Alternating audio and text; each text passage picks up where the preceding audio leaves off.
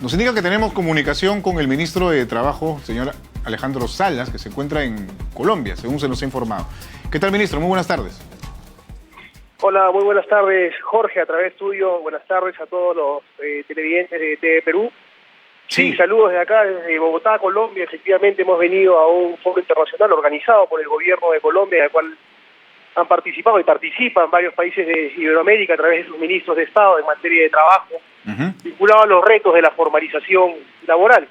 Así que hemos tenido una jornada larga el día de hoy. La jornada la inauguró el presidente de Colombia muy temprano, conversamos con él y, bueno, dispuesto a poder responder las preguntas que consideres pertinentes.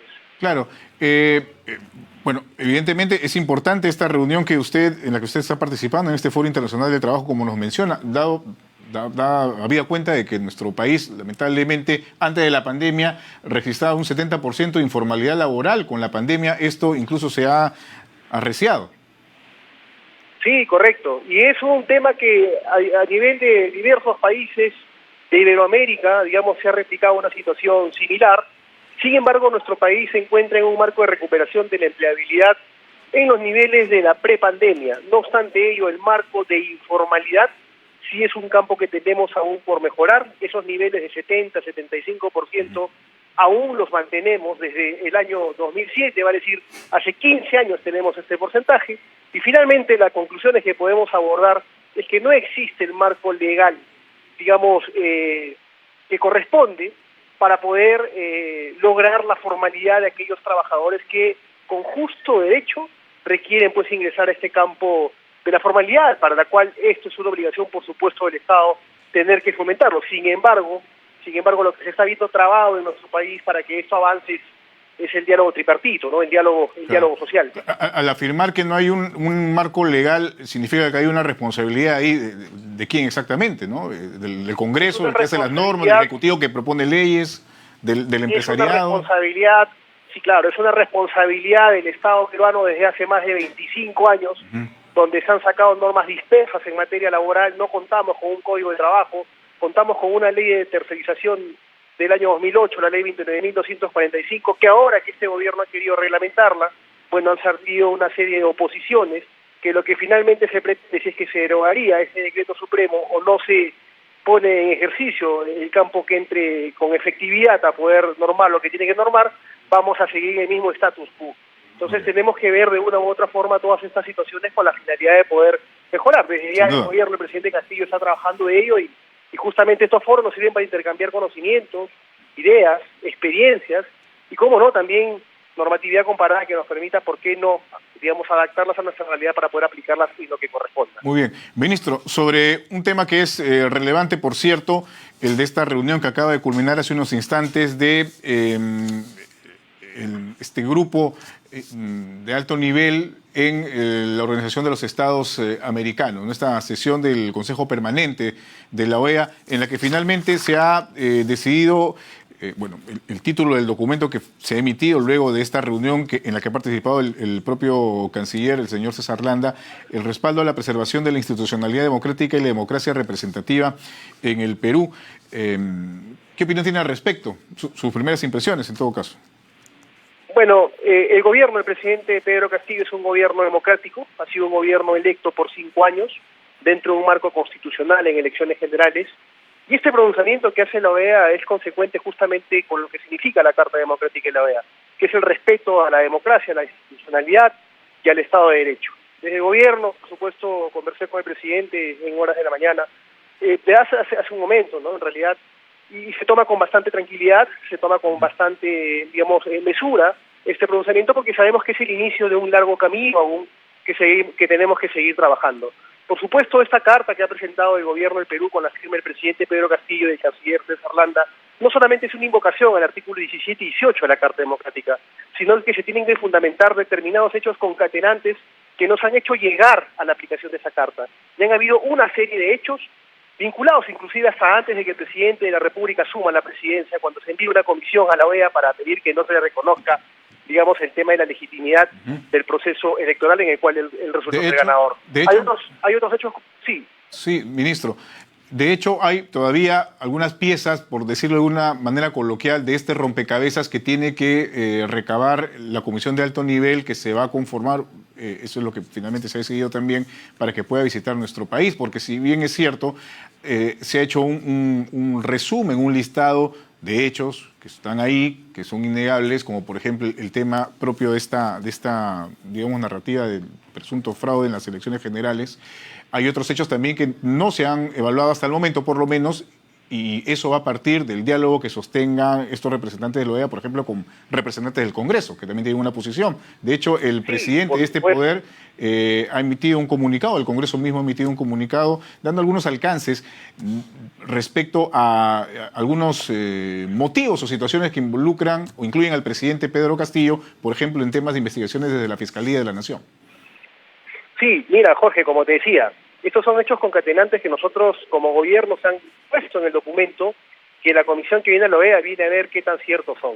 Uno de ellos era el no reconocimiento del proceso electoral. Otro de ellos era, por ejemplo, cuando la expresidenta del Congreso de la República, en un audio que se hizo público, manifestaba que el tema era que se va el presidente y que al final el Congreso iba a quedar que las Fuerzas Armadas estaban con ellos. Otro hecho es estos audios que después salieron, donde, digamos, el tema era que de todas maneras la vacancia tenía que avanzar, y eso le costó inclusive el tema de la presidencia de una mesa directiva del Congreso. Son hechos reales, son hechos que existen, son hechos que han demostrado una amenaza real, y sobre la base de eso, por supuesto que esta misión de la OEA va a venir y va a tener que ver, investigar, verificar si lo que hemos puesto en la documentación pues obedece a la verdad, y todos estos hechos son absolutamente probados. No obstante ello, cuando se refiere en el Congreso al campo de las investigaciones, la OEA lo que hace es defender la democracia, el Estado de Derecho y la institucionalidad.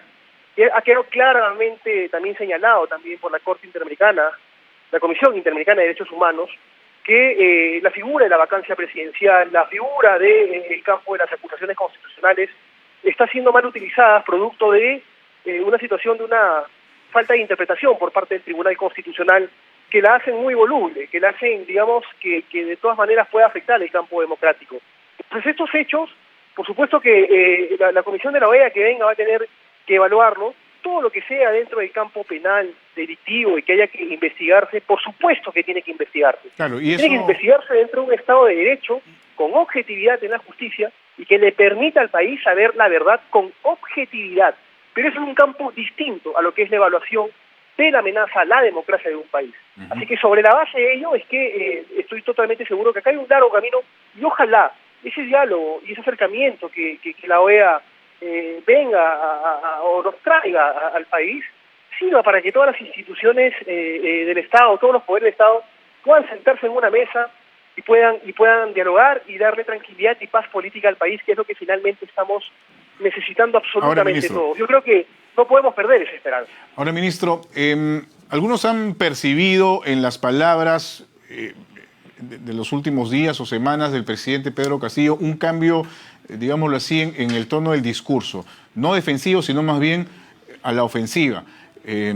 Por ejemplo, este discurso que brindó en esta ceremonia en el patio de honor de Palacio de Gobierno hace algunos días con reservistas de las Fuerzas Armadas, en las que increpaba incluso a reporteros o camarógrafos a que grabaran a los reservistas, para muchos ha sido tomado como una forma de generar más bien tensiones entre algunos periodistas, reporteros, en fin, medios de comunicación y algunos sectores de la sociedad, como por ejemplo el caso de los reservistas que estaban participando de esta ceremonia. Otras afirmaciones del presidente que, si bien es cierto, pueden estar muy bien ligadas o argumentadas dentro de lo que significaría el respeto a la institucionalidad o la democracia, el de afirmar de manera contundente que él se queda hasta el 28 de julio del año 2026. Digamos que el tono que se ha usado precisamente genera esta percepción. ¿Qué tendría que decir usted al respecto? ¿Hay una estrategia que ha cambiado que tiene que ver más bien con una ofensiva frente a lo que puede considerar el presidente Pedro Castillo o ustedes como miembros del Poder Ejecutivo han ocurrido o hechos que han ocurrido de un tiempo a esta parte o desde que se asumió el poder el presidente? No, no hay ninguna ofensiva ni defensiva. Lo que hay es utilizar solamente un escudo que es el escudo de la Constitución Política del Perú. Lo que está haciendo el presidente, por supuesto, es hacer valer el derecho de las elecciones democráticas por las cuales el país lo eligió yo creo que les guste o no les guste a quienes, digamos, puedan evaluar el gobierno, tienen que saber que hay tiempos democráticos que se tienen que respetar. La institucionalidad no se puede ver vulnerada. Y en cuanto al discurso del presidente, son escenarios políticos en donde muchas veces el escenario político también te lleva a la emoción, te lleva al apasionamiento, y es quienes estamos en política sabemos Claro, que cuando pero tenemos a un grupo de personas al frente, muchas veces pues la emoción nos digamos puede que ganar. la figura Eso presidencial eso como institución es más bien de una persona que va más allá precisamente de estas emociones que podrían para una persona, de pronto, en mi caso, común y corriente, generar alguna reacción, ¿no? Estamos hablando del presidente de la República que tendría que tener también digámoslo así, ponderación frente a algunas declaraciones o algunas expresiones que podrían generar mayor polarización finalmente. Por eso le consultaba tema de la estrategia de la ofensiva o no. Mira, eso es cuestión de criterio, depende de cómo se escuche o cómo se quiera escuchar. El presidente, bueno, está en un escenario político, el presidente tiene una base sindical, él ha sido sindicalista, pero lo que te digo es que no va a escapar nada más, digamos, más allá del discurso, del hecho de siempre estar de la mano premunidos con la Constitución política, con lo que establece la Constitución política, y como te digo, el país en este sentido puede tener la absoluta tranquilidad que ese es un gobierno democrático que respeta la democracia, y por eso que ha recurrido a la OEA. Más allá de cualquier tipo de discurso que a algunos les pueda gustar y a otros no, creo yo que lo que sí debe, digamos, de una u otra manera ya frenar en nuestro país es esa encrispación de crisis política que nos está haciendo muchísimo daño, porque no nos permite avanzar. A pesar que estamos creciendo, a pesar que la pobreza se reduce, podríamos avanzar mejor. Sin embargo, esto no está sucediendo porque esta crisis política la tenemos ya hace bastante tiempo y es momento ya de pararla. Muchas gracias, ministro. Muy amable. Buenas tardes. Muchas gracias. Hasta luego. Alejandro Salas, titular del portafolio de trabajo, ha conversado con nosotros. Son las 3 de la tarde.